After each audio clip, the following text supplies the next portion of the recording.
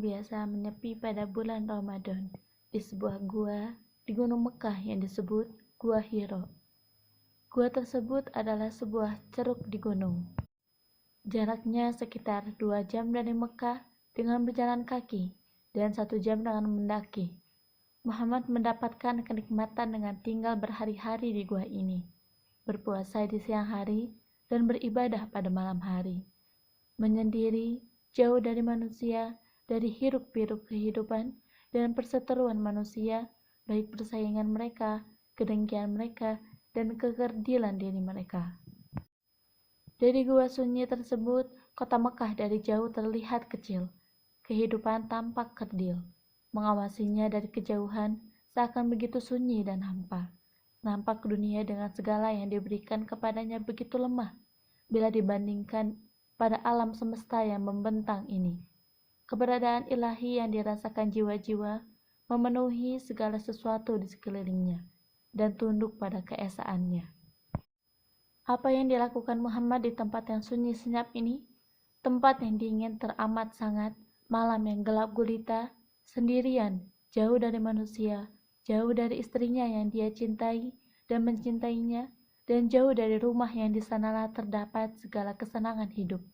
Sedangkan beliau adalah pedagang yang mahir. Allah Subhanahu wa Ta'ala telah memudahkan untuknya dengan harta yang berlimpah. Juga Khadijah adalah sebaik-baik istri dan pendamping yang menambah kebahagiaan dan kesenangan di dalam rumah. Beliau pula telah dikaruniai anak-anak yang menyinari kehidupannya. Muhammad adalah contoh dari suami yang bahagia dan pria yang sukses. Lantas, mengapa beliau tinggalkan segalanya dengan menghabiskan malam-malam yang dingin sekali di gua tersebut? Pastinya ada kekuatan yang memberangkatkannya dan tak diragukan lagi hal itu demi perkara yang mulia. Berhari-hari menghabiskan waktu di gua ini, beliau mendapati kenikmatan yang tidak pernah dialami sebelumnya. Sebab di sana tidak ada pertikaian, persaingan, dan tidak ada ketergesaan dalam alur hidup. Di sana banyak waktu leluasa untuk bertafakur dan merenung, seakan beliau sedang menanggung beban pada pundaknya. Apa yang membuat gelisah dalam tidur dan istirahatnya? Tiada lain melainkan apa yang terjadi pada kaumnya yang mengusik hatinya. Mereka adalah generasi pewaris Nabi Ibrahim alaihissalam dan Ismail alaihissalam yang menyembah berhala yang terbuat dari batu. Memang seperti itulah keadaan mereka. Benar, beliau sama sekali tidak pernah menyembah berhala. Tetapi, apakah yang dilakukan kaumnya itu membebani dan menyakiti pikirannya? Rupanya, beliau tidak rela akan hal itu, sampai pada tahap membuatnya pergi meninggalkan rumahnya berhari-hari, demi dapat menyendiri dan uzlah di Gua Hiro. Pengasingan diri ini juga sebagai penolakannya pada apa yang tidak disukainya dalam kehidupan di sekelilingnya. Seolah-olah beliau sedang melarikan diri dari segalanya, lalu mencari kebenaran dalam dirinya dan berharap mendapat petunjuk. Muhammad, sebagaimana halnya sebagian orang-orang yang diberi petunjuk untuk kaumnya, mengetahui bahwasannya Allah Subhanahu wa Ta'ala itu ada. Adapun peribadatan kaumnya merupakan kesesatan yang berasal dari hawa nafsu. Kendati demikian, beliau belum memiliki kebenaran yang sesungguhnya. Beliau belum memiliki agama untuk diikuti. Beliau bukan seorang Yahudi, bukan pula Nasrani, dan juga musyrik. Beliau mengikuti jejak ibadah yang dibawa oleh Nabi Ibrahim alaihissalam dan Nabi Ismail alaihissalam. Akan tetapi, masa yang panjang telah menghapus sebagian besar dari ajaran peribadatan yang ditinggalkan kedua nabi tersebut bagi penduduk padang pasir. Jiwa Muhammad senantiasa rindu berpautan dengan Zat yang Maha Tinggi. Beliau hendak mereguk derasnya kesucian Allah Subhanahu wa Ta'ala hingga terpuaskan jiwanya dan tenanglah ruhnya terhadap kebenaran. Hal itu tentunya tidak dapat beliau temukan di pasar-pasar Mekah dan kebisingan serta sorak-sorai yang dilakukan para pemabuk di sana.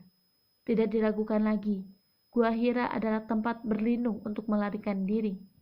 Manakala jiwanya terasa sempit, rindu akan kebenaran dan kenikmatan menjauhkan diri dari manusia serta dari kepalsuan dunia. Beliau sadar sepenuhnya bahwa dirinya adalah makhluk yang fana dan bahwa di sana terdapat Sang Pencipta yang kekal. Apakah Sang Khalik menciptakan manusia untuk menyembah berhala-hala ini dan menyebarkan kerusakan dan kejahatan di muka bumi? Allah Subhanahu wa Ta'ala adalah kebenaran, cahaya, dan keadilan. Lantas mengapa terjadi kezaliman, kekerasan, dan kerusakan yang dia saksikan pada kaumnya? Muhammad sangatlah sedih dan gelisah atas segala hal ini, hal kehidupan yang terjadi di sekitarnya. Jiwanya memiliki kepekaan kuat dan kepedulian tinggi. Akhlaknya yang mulia lagi terpuji ini menolak untuk mengikuti agama dan kebiasaan kaumnya. Namun, apa yang harus dia lakukan? Mereka adalah keluarga dan kaumnya. Apakah dia akan meninggalkan mereka? Lalu kemana? Apakah mungkin dia bisa menghadapi mereka, menasihati, dan mengubah cara berpikir mereka? Sekali-kali tidak. Cukuplah baginya menjauh dari mereka beberapa hari dan menyendiri dalam kenikmatan bersama Sang Pencipta. Lalu pada hari-hari berikutnya bergaul dengan mereka, tetapi tidak mengikuti kesesatan yang mereka lakukan. Kendati demikian, beliau belum lagi memiliki agama yang jelas dan hal ini amat menggelisahkannya. Jiwanya senantiasa merindukan andai saja Allah Subhanahu wa Ta'ala mencurahkan kebenaran kepadanya, menenangkan kalbunya, melampangkan dadanya, dan menerangi jalannya dalam kegelapan ini. Selama matanya terpejam, di saat beliau tenggelam dalam merenung dan berpikir, kadangkala beliau mendengar suara-suara yang memanggilnya. Ketika sadar, beliau lalu melihat cahaya. Hingga membuatnya cemas, mungkin beliau telah tertimpa bahaya. Kemudian beliau pulang kepada Khadijah dan berkata, "Pada saat aku sedang menyendiri, aku mendengar suara-suara. Demi Allah, aku merasa takut sesuatu yang buruk terjadi." Khadijah segera menenangkannya dan berkata kepadanya, Allah lah tempat berlindung. Allah tidak akan menimpakan hal itu kepadamu. Sebab demi Allah, engkau adalah orang yang senantiasa melaksanakan amanah, menyambung silaturahmi, dan jujur dalam ucapan.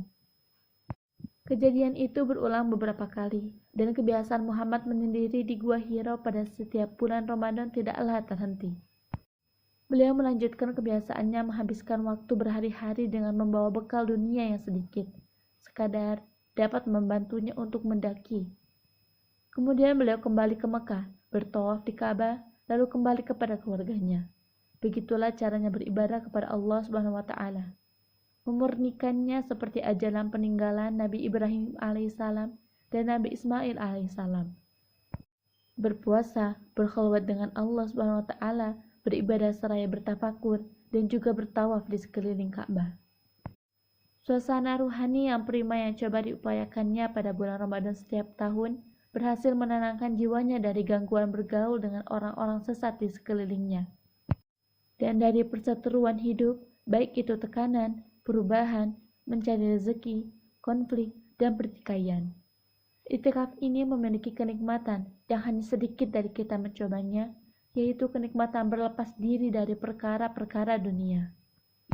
Menyatu dengan kekuasaan Allah Subhanahu wa Ta'ala yang amat luas, sehingga manusia mengetahui kadarnya bahwa dia tidak lain seperti sebutir biji zarah di alam semesta yang tak berujung.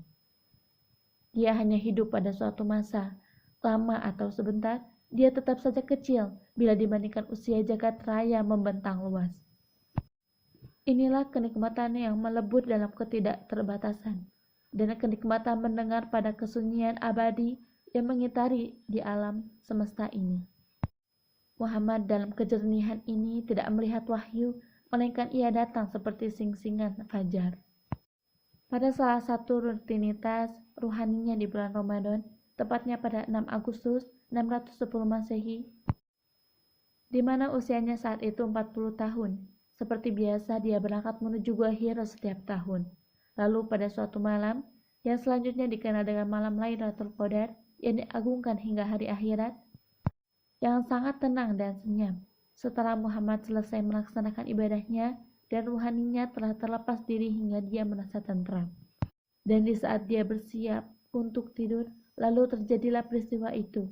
Saat sedang tidur, dia mendengar suara berkata kepadanya, "Bacalah." Selanjutnya Muhammad mengisahkan apa yang terjadi. Ketika aku sedang tidur, tiba-tiba datang kepadaku sesosok, membawa sesuatu dari sutra yang di dalamnya terdapat sebuah kitab. Kemudian dia berkata, "Bacalah." Aku menjawab, "Aku tidak bisa membaca." Dia pun memelukku sangat erat seakan aku hampir mati. Lalu dia melepaskanku dan berkata, "Bacalah." Aku menjawab, "Aku tidak bisa membaca." Lalu dia merangkulku yang kedua kali sampai aku kepayahan. Kemudian dia lepaskan lagi dan berkata, "Bacalah." Aku menjawab, "Aku tidak bisa membaca." Maka dia merangkulku yang ketiga kalinya sampai kukirakan mati. Lalu dia lepaskan dan berkata lagi, "Bacalah." Aku menjawab, "Apa yang aku baca?" Aku berkata seperti itu agar dia tidak mengulangi apa yang sebelumnya dia lakukan terhadap diriku. Dia lalu berkata, "Bacalah dengan menyebut nama Tuhanmu yang menciptakan. Dia telah menciptakan manusia dari segumpal darah. Bacalah, dan Tuhanmu lah yang Maha Pemurah. Dia mengajar dengan perantara kalam. Dia mengajarkan manusia dari apa yang tidak diketahuinya." Quran Surat Al-Alaq, surat ke-96, ayat 1-5. Maka aku membacanya hingga selesai. Lalu dia meninggalkanku. Aku seperti diberikan mimpi, seolah-olah tertulis di hatiku sebuah kitab. Tak lama kemudian, bangunlah Muhammad dari tidurnya dengan rasa takut. Beliau menoleh ke sekelilingnya, tetapi tak menemukan apa-apa. Beliau pun lari dari gua itu dengan penuh kebingungan, sebab tak menemukan tafsiran atas apa yang sudah terjadi. Beliau pergi ke salah satu jalan di bukit, bertanya-tanya pada dirinya akan mimpi yang baru dialaminya. Beliau bercerita, "Aku keluar hingga sampai di tengah bukit. Aku mendengar suara dari langit. Seseorang berkata, 'Hai Muhammad, engkau utusan Allah dan aku adalah Jibril.' Aku mengangkat kepalaku dan melihat ke langit. Dia adalah Jibril dengan wujud lelaki yang kakinya membentang di ufuk langit. Dia berkata, 'Hai Muhammad, engkau adalah utusan Allah dan aku Jibril.' Aku berdiri untuk melihatnya tanpa maju dan mundur. Aku arahkan pandanganku kepadanya di ufuk langit, dan aku tidak melihat arah manapun, melainkan aku lihat dia berada di sana. Aku berdiri diam terpaku, tidak maju dan tidak mundur, hingga akhirnya Khadijah mengutus orang-orangnya untuk mencariku. Mereka tiba di dataran tinggi Mekah dan kembali menemui Khadijah, sedangkan aku tetap berdiri di tempatku semula. Setelah Jibril pergi, aku pun kembali kepada keluargaku. Muhammad kembali bergetar hatinya oleh rasa takut, sehingga beliau berhadapan dengan Khadijah. Khadijah memperhatikan apa yang terjadi pada suaminya, lalu dia mengusap wajahnya. Dia berkata, "Sepertinya engkau masih terpengaruh pada apa yang kau lihat dan dengar akhir-akhir ini." Beliau berkata, "Wahai Khadijah, apakah engkau tahu? Aku telah melihat apa yang kulihat dalam mimpiku, dan mendengar suara yang aku dengar saat aku terjaga hingga membuatku takut. Sungguh, dia adalah Jibril yang telah menampakkan dirinya kepadaku dan berbicara denganku serta membacakan untukku perkataan yang aku terkejut mendengarnya. Kemudian dia kembali dan memberitahuku bahwa aku adalah nabi umat ini." Khadijah menjawab, "Bergembiralah, wahai suamiku, dan tegarlah. Demi zat yang jiwa Khadijah berada di tangannya, sungguh aku berharap kiranya engkau menjadi nabi untuk umat ini." Kemudian Khadijah bangkit dan pergi menemui Waraqah bin Naufal. Dia ceritakan kepadanya perihal kisah yang dialami Muhammad. Waraqah berkata, Maha suci Allah, demi zat Waraqah yang berada di tangannya. Jika apa yang kau ceritakan benar, wahai Khadijah, sungguh suamimu telah didatangi Jibril yang dulu pernah mendatangi Musa. Sungguh, dia adalah nabi umat ini. Katakan kepadanya agar dia tabah dan teguh. Maka kembalilah Khadijah kepada Muhammad dan menceritakan apa yang disampaikan Waraqah. Kemudian ketika Muhammad bertawaf di Ka'bah, dia bertemu dengan Waraqah. Waraqah berkata, "Wahai anak saudaraku, ceritakan kepada aku apa yang telah kau lihat dan engkau dengar." Muhammad menceritakan apa yang dialaminya. Waraqah lalu berkata, "Demi jiwaku yang berada di tangannya, sesungguhnya engkau adalah nabi umat ini. Telah datang kepadamu malaikat Jibril yang dahulu pernah datang kepada Musa. Seandainya aku hadir pada masamu, niscaya aku akan benar-benar menolongmu. Andai saja aku masih muda, duhai, andai aku masih hidup saat kaummu mengusirmu." Muhammad bertanya, "Apakah mereka akan mengusirku?" Waraqah menjawab, "Ya, tidak seorang pun yang datang sepertimu kecuali dia akan dimusuhi. dan engkau benar-benar akan didustai, disakiti, diusir, dan diperangi. Tak lama setelah itu Waraqah wafat dan wahyu juga terhenti. Hadis riwayat Bukhari 3 dan Muslim 252/160. Selama beberapa waktu, Muhammad tidak pernah lagi melihat Jibril atau juga mendengarnya. Terputuslah wahyu selama 3 tahun. Selama itu berbagai dugaan dan prasangka bersemayam di pikiran Rasulullah. Apa yang sudah terjadi? Seakan Allah SWT memberikan hikmahnya dengan memberi Rasulnya kesempatan untuk merenung, memikirkan makna di balik perkara-perkara yang tidak biasa ini, di mana hal itu membutuhkan persiapan akal dan jiwa yang tinggi. Muhammad terus merasa risau dan cemas. Apakah yang disaksikannya itu hanya hayalan? Namun, beliau yakin pada dirinya bahwa beliau telah melihat Jibril dengan mata telanjang dan mendengar suaranya.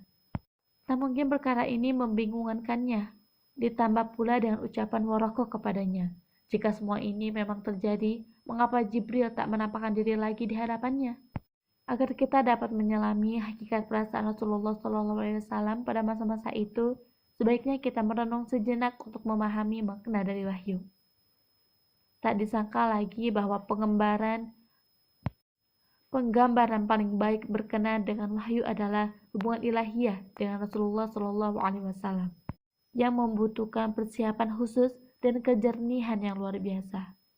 Sejarah mengingatkan kita bahwa Musa alaihissalam pernah berdiri di puncak Sinai, di depan pohon yang berkati dan mendengar suara Tuhan yang berbicara kepadanya. Maka Musa alaihissalam disebut kalimullah, sebagaimana halnya seluruh utusan-utusan Allah SWT, di mana Allah SWT berbicara dengan mereka dari balik tabir. Dan tidaklah patut bagi seorang manusia bahwa Allah akan berbicara kepadanya, kecuali dengan perantara wahyu atau dari belakang tabir, atau dengan mengutus utusan malaikat, lalu diwahyukan kepadanya dengan izinnya, apa yang dia kehendaki. Sungguh dia maha tinggi, maha bijaksana. Quran Surat Asy-Syura ayat 51. Posisi kedekatan dan kejernihan tabir dari suatu nabi ke nabi yang lain dan dari satu ke rasul yang lain sangatlah bervariasi. Allah SWT telah memilih untuk memberi risalahnya kepada utusannya, Nabi Muhammad SAW, melalui perantara malaikat Jibril. Akan kita lihat nanti bagaimana Rasulullah SAW mendapati kedudukan yang sangat dekat, yang belum pernah diperoleh manusia manapun sebelumnya dan juga sesudahnya. Bagi mereka yang memandang aneh kebenaran wahyu, akan kita telisik lebih dalam persoalan ini. Sungguh, manusia terdiri dari jasad dan ruh. Alam ruh tidaklah tunduk pada hukum-hukum Newton atau lainnya yang berlaku padanya dunia materi, atau dunia yang Allah SWT ciptakan untuk keberlangsungan kehidupan dunia bagi manusia. Tetapi manusia yang bahkan di atas permukaan bumi bukan sekadar terdiri dari materi saja. Sungguh, di dalamnya terdapat ruh dari Allah SWT yang menetap dalam jasad itu. Allah SWT telah mengendalikan ruh-ruh tersebut sesuai dengan kehendaknya, dan sungguh terdapat hubungan ilahiyah di saat tidur.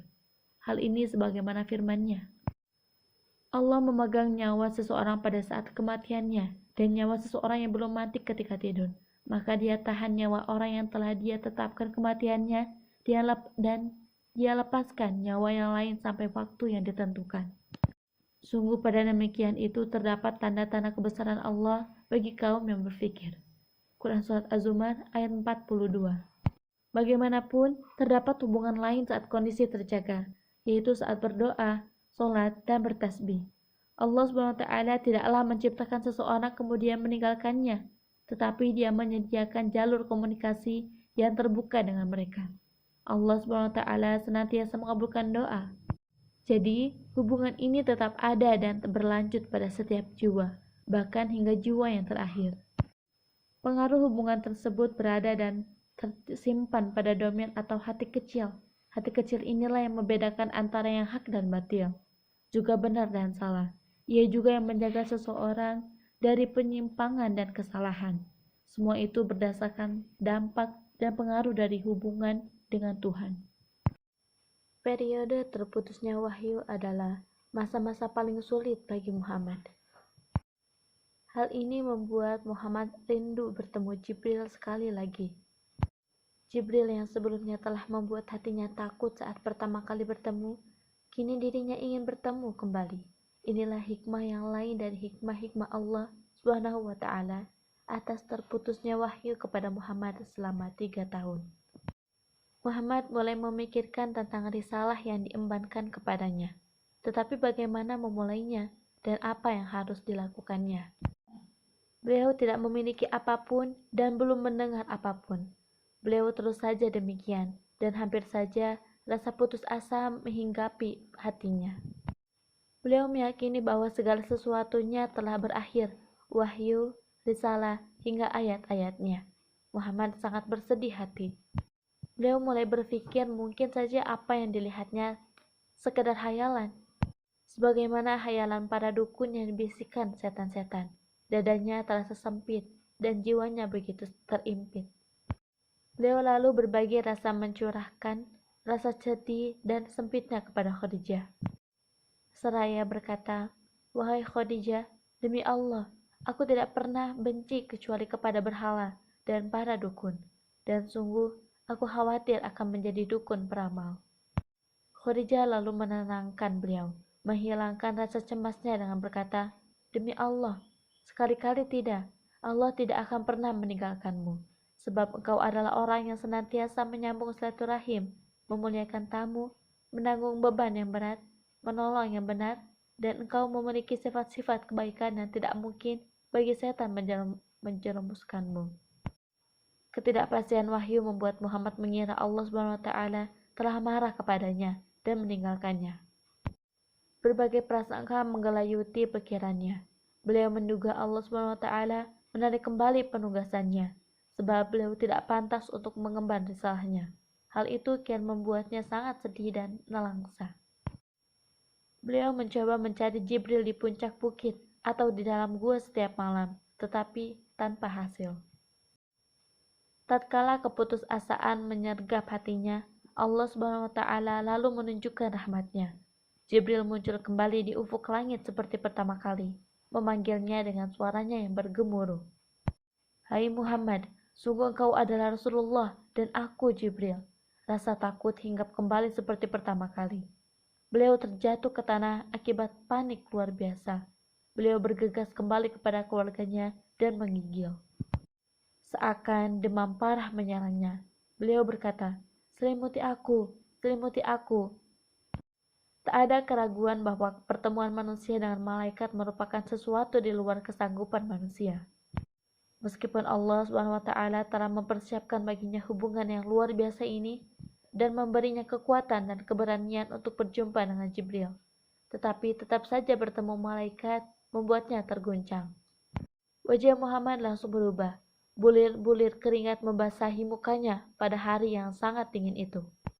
Guncangan yang dialami Muhammad akibat perjumpaannya dengan Jibril adalah guncangan yang sama saat beliau pertama kali berjumpa dengan Jibril. Meskipun beliau sangat menanti dan mendambakan perjumpaan ini, pada pertemuan pertama, rasa panik datang karena dampak keterkejutan.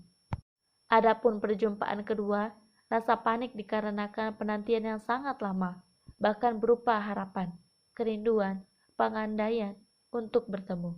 Meski demikian, beliau tetap juga mengalami rasa takut dan panik. Rasulullah SAW menggambarkan pertemuan itu dengan berkata, "Tatkala aku sedang berjalan, aku mendengar suara dari langit. Kuangkat pandanganku ke langit. Ternyata dia adalah malaikat yang pernah mendatangiku di Gua Hira dan sedang duduk di atas kursi antara langit dan bumi.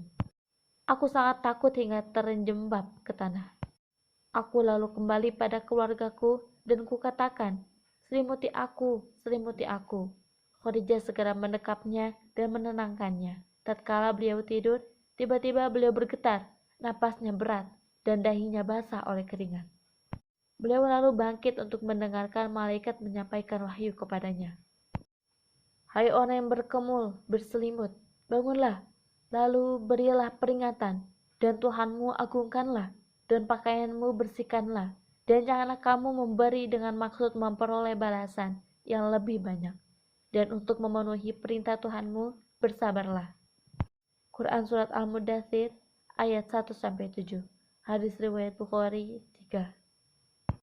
Saat itulah Muhammad memahami sepenuhnya bahwa ini perkara yang sungguh-sungguh, bahwa penugasan itu berlaku dan itu merupakan urusan amat besar. Jiwanya tentram, beliau ridho atas apa yang Allah Subhanahu wa taala persiapkan baginya. Mengerti bahwa Allah Subhanahu wa taala tidak meninggalkannya dan membiarkannya. Bahkan dia menyiapkan baginya hal yang luar biasa. Khadijah merasa kasihan kepadanya dan menyuruhnya untuk kembali beristirahat. Namun beliau berkata, "Hentikanlah, hai Khadijah, masa tidur dan istirahat. Sebab Jibril telah memerintahkanku untuk memperingatkan manusia dan menyeru mereka pada jalan Allah dan menyembahnya. Maka siapakah yang harus aku seru? Dan siapakah yang akan menyambut seruanku?" Kemudian Allah SWT menenangkan kebimbangannya dan menguatkan hatinya dengan ayat-ayatnya. Demi waktu matahari sepenggalan naik, dan demi malam apabila telah sunyi gelap, dan sesungguhnya hari kemudian itu lebih baik bagimu daripada yang sekarang permulaan. Dan kelak Tuhanmu pasti memberikan karunia-Nya kepadamu, lalu hati kamu menjadi puas. Bukankah Dia mendapatimu sebagai seorang yatim, lalu Dia melindungimu? Dan Dia mendapatimu sebagai seorang yang bingung, lalu Dia memberikan petunjuk. Dan Dia mendapatimu sebagai seorang yang kekurangan, lalu Dia memberikan kecukupan. Sebab itu, terhadap anak yatim janganlah kamu berlaku bersewenang-wenang, dan terhadap orang yang minta-minta janganlah kamu menghardiknya. Dan tetap terhadap nikmat Tuhanmu, maka hendaklah kamu siarkan. Quran Surat Ad-Duha ayat 1-11. Setelah hati Muhammad merasa tenang akan kebenaran risalahnya, mulailah beliau memikirkan cara melaksanakannya, juga langkah-langkah dakwahnya. Bagaimana menyampaikan kepada manusia yang telah terjerembab dalam kebatilan dan tersesat terlampau jauh, kata-kata apa yang beliau ucapkan agar sampai pada hati mereka. Sebab watak manusia adalah memusuhi hal-hal yang tidak mereka ketahui. Bukan persoalan mudah untuk mengubah kebiasaan. Terlebih, beliau mengajak mereka pada kebaikan, sementara mereka membencinya. Sebab, fadilah dan kebaikan akan mencegah mereka dari berbagai kenikmatan yang mereka peroleh dengan cara tidak benar. Akan melarang mereka dari keistimewaan yang mereka peroleh dengan cara batil, baik itu harta kekayaan, perbudakan, dan kekuasaan, dan juga mengikat kebebasan mereka dalam berhura-hura dan bersenang-senang. Manusia tidak ingin ada ikatan yang menghalangi pelampiasan syahwat dan kesenangannya. Bagaimana membuat mereka menerima hal-hal yang gaib akan keberadaan Allah, malaikat, hari akhir, kebangkitan, dan hisab. Mereka semua terlelap dalam keterlenaan, meyakini bahwa kehidupan adalah segala sesuatu, adapun sesudah kematian tidak ada sama sekali. Betapa jauh menyimpang pemahaman akal kaumnya. Bagaimana mereka bisa menerima jika berhala-berhala yang disembah orang-orang tua dan leluhur mereka adalah suatu kesesatan yang nyata? Bagaimana mereka bisa rela jika dikatakan bahwa bapak-bapak mereka dan leluhur mereka berada di neraka, sementara orang Arab sangat menghormati leluhur mereka? Ditambah lagi berhala-berhala ini adalah sumber rezeki mereka dan simbol kehormatan di kalangan bangsa Arab. Apa yang akan dikatakan orang-orang jika mereka mendengarkan hal itu? Alasan apa yang dapat memuaskan hati dan pikiran mereka? Apakah mereka akan membiarkannya bebas menghinakan Tuhan-Tuhan mereka, membodohi akal pikiran mereka, dan mengatakan apa saja yang hendak beliau katakan? Kegemparan apa yang akan terjadi akibat dakwahnya? Dakwahnya bertujuan meruntuhkan tatanan masyarakat yang rusak dan sesat ini, dan menggantinya dengan masyarakat yang dipenuhi keutamaan, kebenaran, dan cahaya. Kekuatan apakah yang dibutuhkannya untuk mewujudkan hal tersebut? Dengan akal apakah sehingga memungkinkannya untuk memenangi dakwahnya? Apakah mungkin satu orang lelaki mengubah seluruh masyarakat? Dapatkah beliau berdiri tegar di hadapan kebengisan dan keangkuhan para pembesar kaumnya, sebab keberadaannya mengancam kepentingan dan hawa nafsu mereka? Apa yang harus diperbuatnya jika mereka menimpakan kekejaman dan pelampiasan dendam kepadanya? Padahal, semua itu sangat mudah bagi mereka. Akan tetapi Allah SWT telah berfirman dalam kitabnya, "Hai Rasul, sampaikanlah apa yang diturunkan kepadamu dari Tuhanmu, dan jika tidak kamu kerjakan apa yang diperintahkan itu, berarti kamu tidak menyampaikan amanahnya. Allah memelihara kamu dari gangguan manusia. Sesungguhnya Allah tidak memberi petunjuk kepada orang-orang yang kafir." Quran Surat Al-Maidah ayat 67. Jadi Allah SWT yang telah mengembankan tugas kepadanya, Dia pula yang akan melindunginya dan akan menjadi penolong dan sandaran baginya. Adapun yang mesti dilakukannya adalah menyampaikan dakwah, menunaikan amanah, dan memikul beban yang berat ini di atas pundaknya. Maka niscaya pertolongan Allah SWT akan datang. Hendaknya bertawakal kepada Allah SWT, sebab segala urusan dikembalikan kepadanya, baik itu sebelum dan sesudahnya.